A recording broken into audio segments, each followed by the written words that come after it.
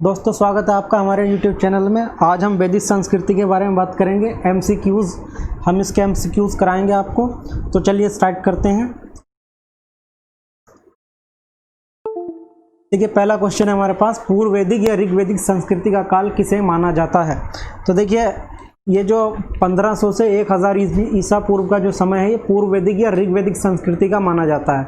ठीक है, इसी में ऋग्वेद की रचना हुई थी। इसके बाद में क्वेश्चन नंबर 2 है, उत्तर वैदिक संस्कृति का काल किसे माना जाता है। तो देखिए उत्तर वैदिक संस्कृति का काल जो माना जाता है वो ये 1000 से 600 ईसा पूर्व का समय को जो है उत्तर वैदिक काल माना जाता है। अगले क्वेश्चन की तरफ चलते हैं। आर्य शब्द का शाब्दिक अर्थ क्या है। तो देखिए आर्य का मतलब है श्रेष्ठ या कुलीन।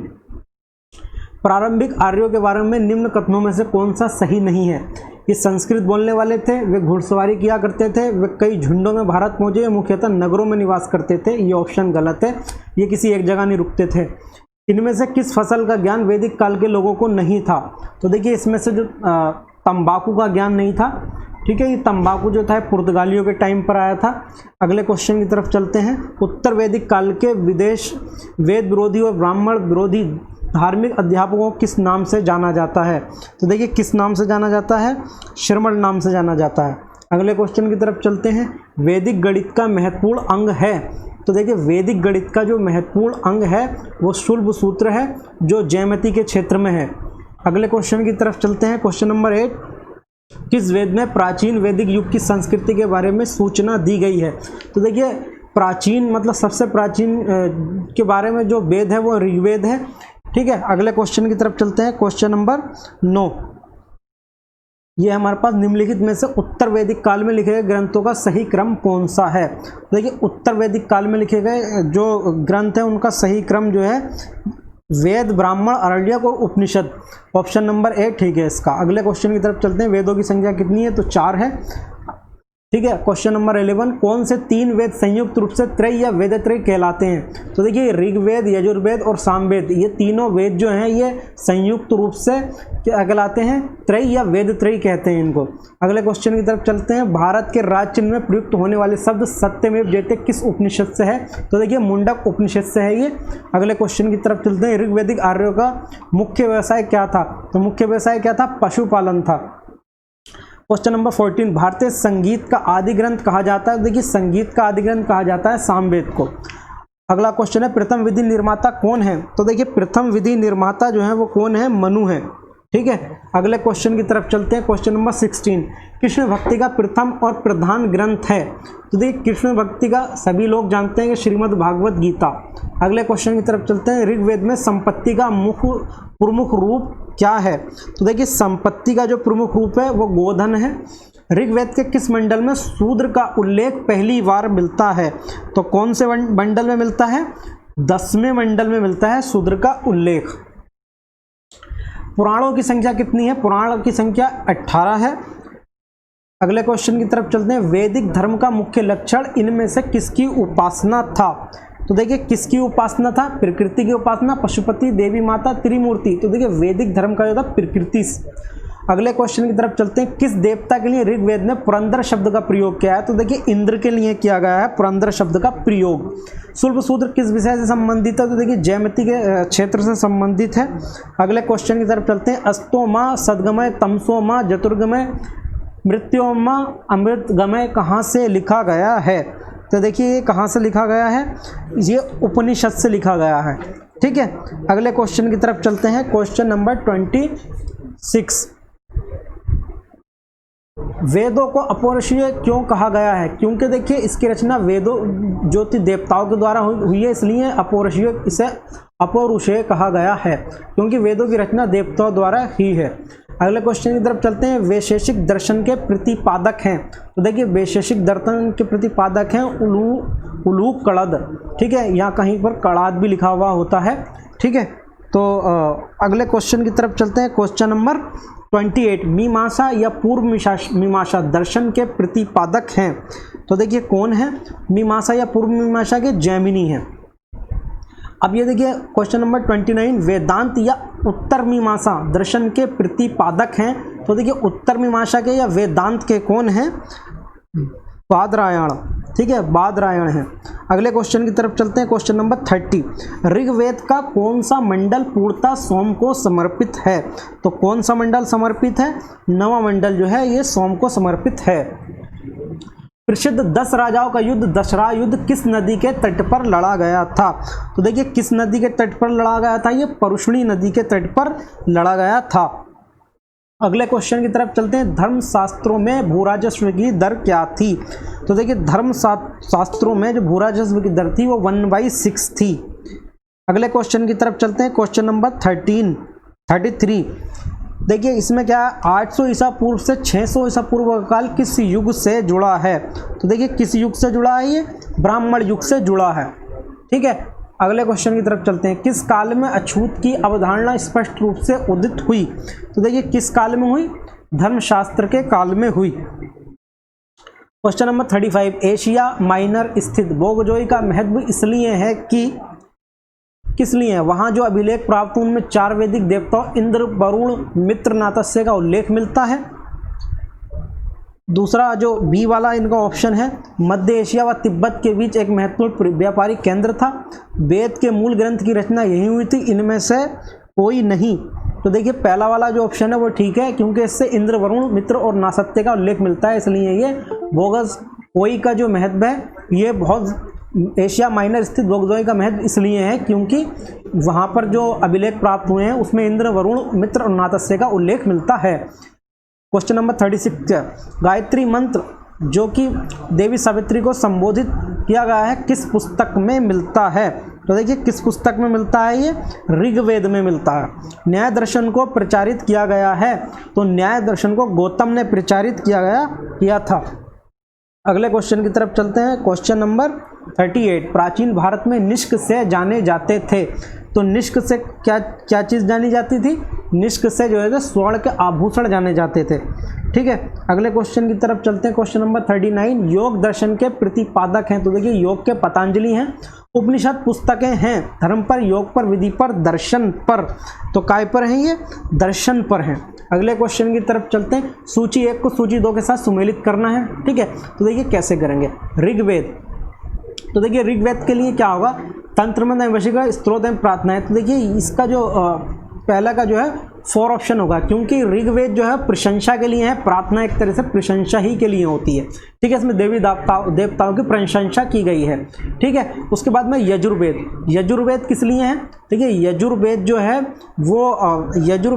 वो आपको जो है इसका जो ऑप्शन होगा स्त्रोत एवं कर्मकांड, इसके लिए है। ठीक है, यज्ञ होता है तो आपको मालूम ही है यज्ञ में स्तोत्र एवं कर्मकांड होते हैं। उसके बाद सामवेद, तो देखिए सामवेद के लिए आपको पता है संगीत में स्त्रोत है ये, और फिर अथर्ववेद आया था, तो अथर्ववेद जो है वो तंत्र मंत्र एवं वशीकरण के लिए। तो पहला ऑप्शन ठीक होगा। अगले क्वेश्चन की तरफ 42, आरंभिक वैदिक साहित्य में सर्वाधिक वर्णित नदी है।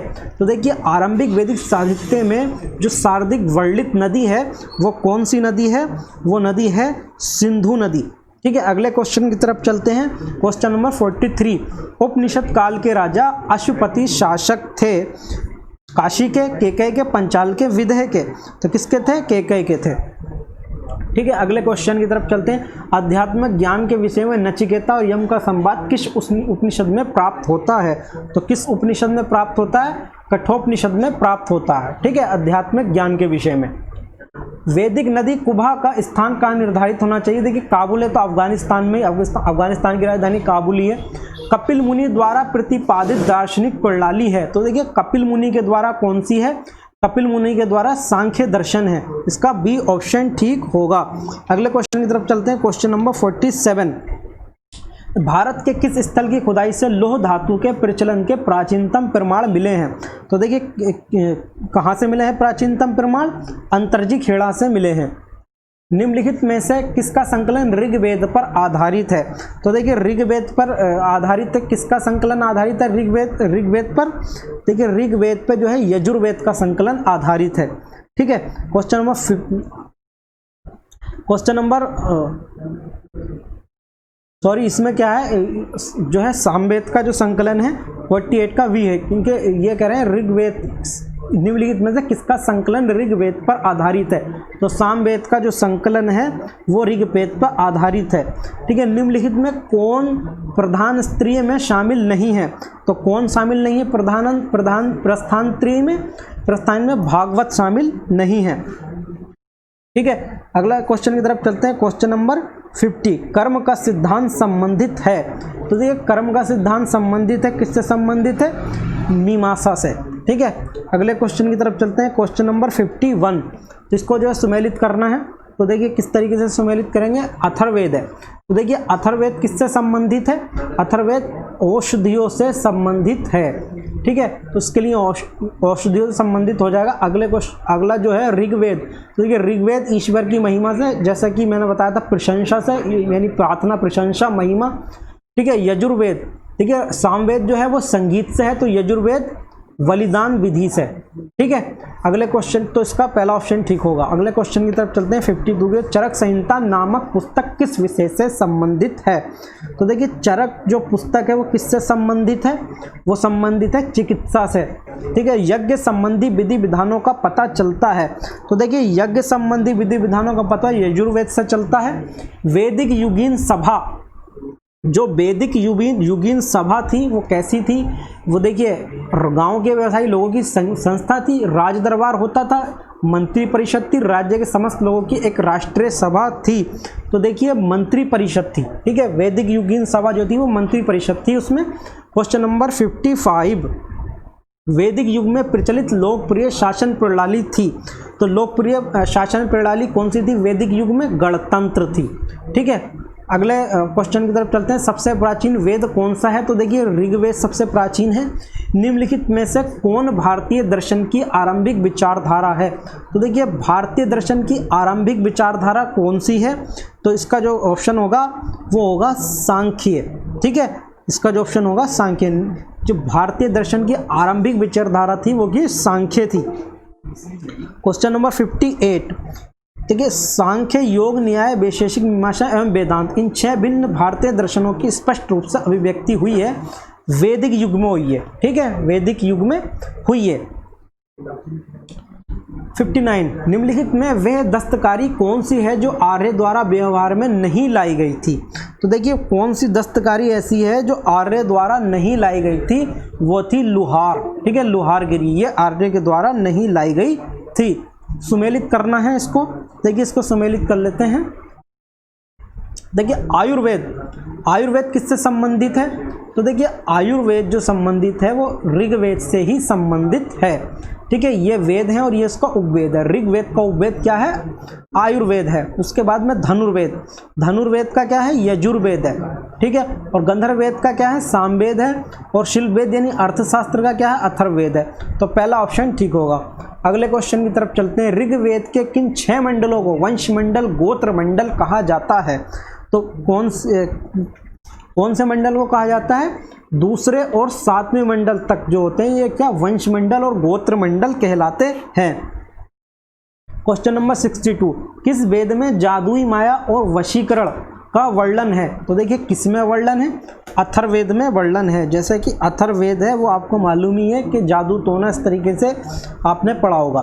आर्य शब्द इंगित करता है, आर्य किसको? श्रेष्ठ वंश को इंगित करता है। ऋग्वेद में कुल कितने मंडल हैं? तो ऋग्वेद में कुल कितने मंडल हैं? 10 मंडल हैं। अगले क्वेश्चन की तरफ चलते हैं। ठीक है, आर्य भारत में संभवतः आए कहाँ से आए? मध्य एशिया से आए। ठीक है, अगले क्वेश्चन की तरफ चलते हैं। क्वेश्चन नंबर 66, कौन सा वेद अंशतः गद्य रूप में भी रचित है? यानी कौन सा वेद ऐसा है जो गद्य रूप में भी रचित है? तो देखिए वो कौन सा है? यजुर्वेद है। ठीक है, अगले क्वेश्चन की तरफ चलते हैं। सभा और समिति प्रजापति की 2 पुत्रियां थीं का उल्लेख किस वेद में मिलता है? तो देखिए किस वेद में मिलता है? ये अथर्ववेद में पता चलता। ऋग्वैदिक युग की प्राचीनतम संस्था कौन सी थी? तो ऋग्वैदिक युग की जो प्राचीनतम संस्था थी वो कौन सी थी? वो विदत थी। ठीक है, क्वेश्चन नंबर 69, ब्राह्मण ग्रंथों में सर्वाधिक प्राचीन कौन है? तो देखिए ब्राह्मण ग्रंथों में जो सर्वाधिक प्राचीन है वो शतपथ ब्राह्मण है। गोत्र व्यवस्था प्रचलन में कब आई? तो देखिए गोत्र व्यवस्था प्रचलन में कब आई? उत्तर वैदिक काल में आई। अनुलोम विवाह का अर्थ है, अनुलोम विवाह का अर्थ क्या है? तो देखिए अनुलोम विवाह का अर्थ जो है वो उच्च वर्ण का पुरुष और निम्न वर्ण की नारी के साथ विवाह, ये क्या होता है? अनुलोम विवाह का होता है। बाकी सब भी आगे डिस्कस करेंगे। प्रतिलोम विवाह तब माना जाता था, देखिए अब अनुलोम तो वो था, लेकिन प्रतिलोम क्या होगा? इसका उल्टा, जब उच्च वर्ण का पुरुष निम्न वर्ण की नारी के साथ विवाह कर लेता है, जब उच्च वर्ण की नारी निम्न वर्ण के पुरुष के साथ विवाह कर लेती है। ठीक है, ये क्या हो जाएगा? इसका ऑप्शन हो जाएगा। वैदिक युग में लब यब कहा जाता था। वैदिक युग में यब किसे कहा जाता था? तो देखिए यब जो कहा जाता था वो जो को कहा जाता था। ठीक है, व्रीहि शब्द किसके लिए प्रयुक्त हुआ है? तो व्रीहि शब्द जो प्रयुक्त हुआ है वो चावल के लिए हुआ है। किसके लिए हुआ? चावल के लिए। अथर्व का अर्थ है, तो देखिए अथर्व का अर्थ क्या है? अथर्व का अर्थ है पवित्र जादू। अगले क्वेश्चन की तरफ चलते हैं। 76 क्वेश्चन है हमारे पास, इसको सुमेलित करना। तो देखिए इसको सुमेलित कर लेते हैं। ठीक है, तो देखिए इसमें क्या है कि जो शिक्षा है, देखिए शिक्षा किससे संबंधित है? शिक्षा संबंधित है ध्वनि शास्त्र से। ठीक है, और कल्पसूत्र जो है, कल्पसूत्र किससे संबंधित है? यह है कर्मकांड से। और निरुक्त शब्द व्युत्पत्ति शास्त्र या भाषा शास्त्र, और छंद जो है वो छंद शास्त्र, यानी ये मिला हुआ कूट है। इसका पहला ऑप्शन ठीक होगा। अगले क्वेश्चन की तरफ चलते हैं। प्राचीनतम व्याकरण अष्टयायी के रचनाकार हैं। तो देखिए अब हमें मालूम है पाणिनि के द्वारा लिखी गई है अष्टयायी। ठीक है, निम्न में से कौन सी स्मृति प्राचीनतम है? तो देखिए प्राचीनतम कौन सी स्मृति है? मनुस्मृति ही प्राचीनतम है। अगले क्वेश्चन की तरफ चलते हैं। Question number 79। आदि काव्य की संख्या किसे दी जाती है? देखिए आदि काव्य की संख्या जो है वो किसे दी जाती है?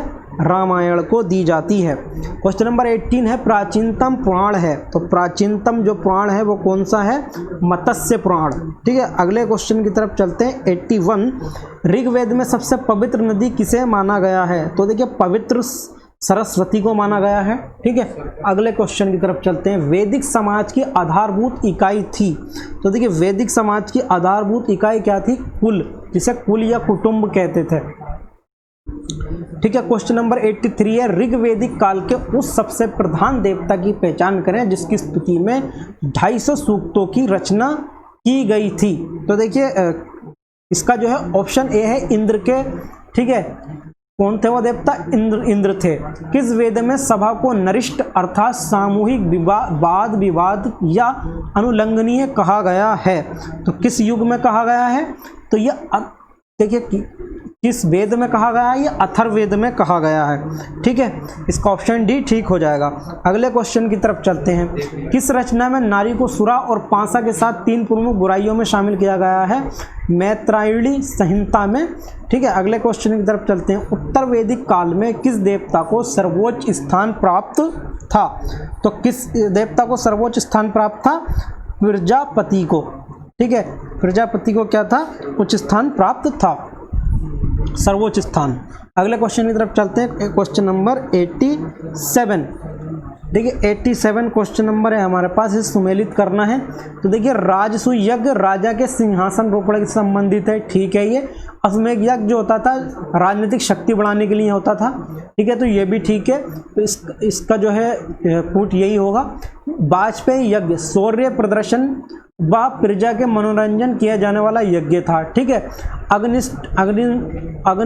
अग्निष्टोम यज्ञ देवताओं को प्रसन्न करने हेतु अग्नि को पशु बलि दिए जाने वाला एवं सोमरस का पान किया जाने वाला यज्ञ था ये। ठीक है, तो उसका पहला वाला ऑप्शन ठीक होगा। अगले क्वेश्चन की तरफ चलते हैं। Question number 88। तो देखिए सोचिए को सोचिए दो के साथ मिलाना। तो देखिए ठीक है, इसको जो देखिए परुष्णी, देखिए नाम है ये ऋग्वेद में उल्लेखित नाम और आज के जो नाम हैं। तो देखिए परुष्णी नदी को क्या कहा जाता था? रावी कहा जाता था। ठीक है, रावी। और सतुद्री नदी को सतलज कहा जाता था, और अस्किनी को चिनाब कहा जाता था, और विपाशा को ब्यास कहा जाता था, है ना। पहला वाला ऑप्शन ठीक है। अभी कह रहे हैं संस्कारों की कुल संख्या कितनी है? तो संस्कार तो 16 हैं। अगले क्वेश्चन की तरफ चलते हैं, इसको सुमेलित करना है। तो देखिए सुमेलित कर लेते हैं इसको। ब्राह्म विवाह समान वर्ण या जाति का विवाह क्या होता है? ब्रह्म विवाह कहलाता। देव विवाह, पुरोहित का परिश्रमिक में मिले कन्या के साथ विवाह क्या होता था? देव विवाह होता था। आर्ष विवाह, कन्या मूल्य के रूप में एक जोड़ी गाय व बैल चुकाकर किया गया विवाह क्या कहलाता था? आर्ष विवाह। प्रजापत्य विवाह, बिना दहेज का विवाह क्या कहलाता था? प्रजापत्य विवाह। तो उसका पहला ऑप्शन ठीक होगा। अगले क्वेश्चन की तरफ चलते हैं, क्वेश्चन नंबर 91। तो देखिए, गंधर्व विवाह, प्रेम विवाह, ठीक है, और आसुर विवाह, कन्या को खरीद कर किया गया विवाह क्या होता था? आसुर विवाह होता था। और राक्षस विवाह, पराजित राजा की कन्या या अपहरण की गई कन्या के साथ विवाह क्या होता था? राक्षस विवाह होता था। पेशाच विवाह क्या होता था? सोई हुई अवस्था में कन्या को गुमराह कर या मानसिक रूप से अस्वस्थ कन्या को गुमराह कर उसके साथ किया गया विवाह क्या होता था? पेशाच विवाह होता था। ठीक है, तो उसका पहला ऑप्शन ठीक है। अगले क्वेश्चन की तरफ चलते हैं, 92 क्वेश्चन नंबर। 3 ऋण में शामिल नहीं है, तो 3 ऋण में शामिल कौन सा ऑप्शन है इसका? देखिए, इसका जो ऑप्शन है वो मातृ ऋण है, वो क्या है? 3 ऋण में शामिल नहीं है। अगले क्वेश्चन की तरफ चलते हैं, क्वेश्चन नंबर 93। ऋग्वेदिक काल से संबंधित मृदभांड की संस्कृति है? तो देखिए, ऋग्वेदिक काल से संबंधित मृदभांड की जो संस्कृति है वो कौन सी है? यह है गैरुवर्ली मृदभांड, OCP संस्कृति जिसे कहा जाता है। ठीक है, उत्तर वैदिक काल से संबंधित मृदभांड संस्कृति है, तो देखिए उत्तर वैदिक काल से संबंधित जो है चित्रित धूसर वाली है ये। ठीक है, इसका ऑप्शन भी ठीक होगा, चित्रित धूसर मृदभांड संस्कृति, जिसे PGW कहा जाता है। अगले क्वेश्चन की तरफ चलते हैं, हरियाणा प्रांत में चित्रित धूसर मृदभांड स्थल किस स्थान पर हाल में किए गए उत्खननों से प्रकाश में आया है? तो देखिए, भगवानपुरा से। ठीक है, क्वेश्चन नंबर 96। प्राचीनतम विवाह संस्कार का वर्णन करने वाला विवाह सूक्त किस में पाया जाता है? ठीक है, तो वो किस में पाया जाता है? वो ऋग्वेद में पाया जाता है। ऋग्वेद में अघन्य यानी वध योग्य नहीं है शब्द का प्रयोग किसके लिए किया गया था? तो वो गाय के लिए किया गया था। अगले क्वेश्चन की तरफ चलते हैं, इसको सुमेलित करना है। तो देखिए, संग्रहित किसको कहते हैं? कोषाध्यक्ष। ठीक है, और भागदूत किसको कहते हैं? कर संग्रहता। ठीक है, और जो छता या छत्री होता है वो कौन होता है? प्रतिहारी राजप्रसाद का रक्षक, सक्षक। और यह अक्षवाप, पासे खेल में राजा का सहायक जो होता था वो क्या होता था? अक्षवाप। तो उसका पहला ऑप्शन ठीक होगा। Question number 99। तो देखिए, ये कह रहे हैं ऋत यानी प्राकृतिक संतुलन स्थापित करने के कारण किस वैदिक देवता को ऋतस्य गोप कहा गया है? तो वरुण को क्या कहा गया है? ऋतस्य गोप कहा गया है। निम्नलिखित में से कौन मूलतः जल या समुद्र का देवता था? तो देखिए, जल या समुद्र का देवता कौन थे? वो वरुण थे। ठीक है, अगले क्वेश्चन की तरफ चलते हैं, क्वेश्चन नंबर 101। 3 क्रमों यानी जिसे पगों में तीनों लोक को माप लेने के कारण किसे उपक्रम कहा गया है? तो किसको कहा गया है? उपक्रम विष्णु को कहा गया है। ठीक है, 3 क्रमों में तीनों लोक को माप लेने के कारण सुमेलित करना है। देखिए, इसको सुमेलित करना है। तो देखिए, पहला जो है पूषण विवाह का देवता, और जो है रुद्र जो है वो पशुओं का देवता, और धो ये जगत के पिता, और अदिति यानी देवों की महान माता। तो पहला ऑप्शन ठीक है। अगले क्वेश्चन की तरफ चलते हैं, क्वेश्चन नंबर 103। मनुस्मृति मुख्यतः संबंधित है समाज व्यवस्था से, कानून से, राज्य कार्य पद्धति से, अर्थशास्त्र से। तो समान व्यवस्था से संबंधित है। गायत्री मंत्र की रचना किसने की थी? तो गायत्री मंत्र की रचना किसने की थी? विश्वामित्र ने की थी। अब देखिए, क्वेश्चन नंबर 105। ठीक है, देख लेते हैं। अवेस्ता और ऋग्वेद में समानता है। अवेस्ता किस क्षेत्र से संबंधित है? ईरान से संबंधित है। 106। निम्नलिखित में से कौन सी एक ऋग्वेदिक आर्यों की लक्ष्य विशेषता नहीं है? वे अश्वों, रथों और कांसे के उपयोग से परिचित थे। वे लोहे के उपयोग से परिचित थे, तो वो लेह के उपयोग से परिचित नहीं थे। ठीक है, तो ये ऑप्शन गलत है। वे गो से परिचित थे, हाँ थे। वे ताम्र और आधुनिक हाल फाल के उपयोग से परिचित थे, हाँ ये भी ठीक है। ऑप्शन नंबर जो है वी क्या है? गलत है। क्वेश्चन नंबर 107 की तरफ चलते हैं। ऋग्वेद में निम्नांकित किन नदियों का उल्लेख अफगानिस्तान के साथ आर्यों के संबंध का सूचक है? तो जिसे कुबा गुबरू कहा जाता है। ठीक है, इस नदी का नाम है। अगले क्वेश्चन की तरफ चलते हैं। क्वेश्चन नंबर 108, धर्म तथा रीत भारत की प्राचीन वैदिक संस्कृति के एक केंद्रीय विचार को चित्रित करते हैं। इस संदर्भ में निम्नलिखित कथनों पर विचार करना है हमें। देखिए, धर्म व्यक्ति के दायित्व एवं स्वयं तथा दूसरों के प्रति व्यक्तिगत कर्तव्यों की संकल्पना था। रीत मूलभूत नैतिक विधान था जो सृष्टि और उसमें अंतर्निहित सारे तत्वों के क्रियाकलापों को संचित करता था। तो ये दोनों ही बात ठीक है, तो ऑप्शन सी ठीक हो जाएगा। ठीक है, अगले क्वेश्चन की तरफ चलते हैं। क्वेश्चन नंबर 109, आर्यों के आर्कटिक होम सिद्धांत का पक्ष किसने लिया था? तो किसने लिया था? इसका जो लिया था विजित तिलक ने लिया था। ठीक है, अगले क्वेश्चन की तरफ चलते हैं। क्वेश्चन नंबर 110, सूची 1 को सूची 2 के साथ में मिलाना है। तो देखिए, कुभा, ये वैदिक नदियां हैं, उनके आधुनिक नाम है। तो कुभा का नाम क्या है अभी? कुभा का नाम जो अभी है वो काबुल। ठीक है, और परुष्णी, देखिए परुष्णी का हमने बताया था आपको क्या है, राबी अभी पीछे। और सदानीरा, सदानीरा का क्या था? गंडक। और सतुद्री सतलज। तो इसका जो ऑप्शन होगा वो बी वाला ऑप्शन ठीक हो जाएगा। अगले क्वेश्चन की तरफ चलते हैं। दोस्तों, वीडियो देखने के लिए बहुत बहुत धन्यवाद। प्लीज़ हमारा चैनल सब्सक्राइब करें और लाइक करें। ठीक है, अगली वीडियो के लिए नोटिफिकेशन भी प्रेस कर दें।